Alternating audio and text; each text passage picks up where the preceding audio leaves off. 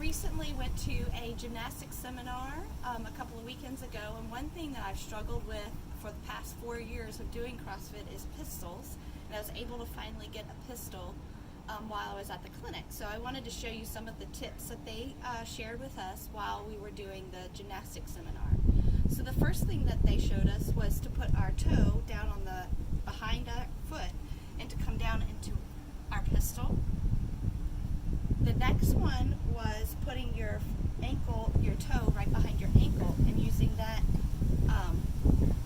scaling option for the pistol. But the last one is the one that made me get my actual pistol, was starting from the bottom and coming up, which is what I've struggled with. So coming all the way down to the bottom, getting that foot out, and then coming up to your pistol.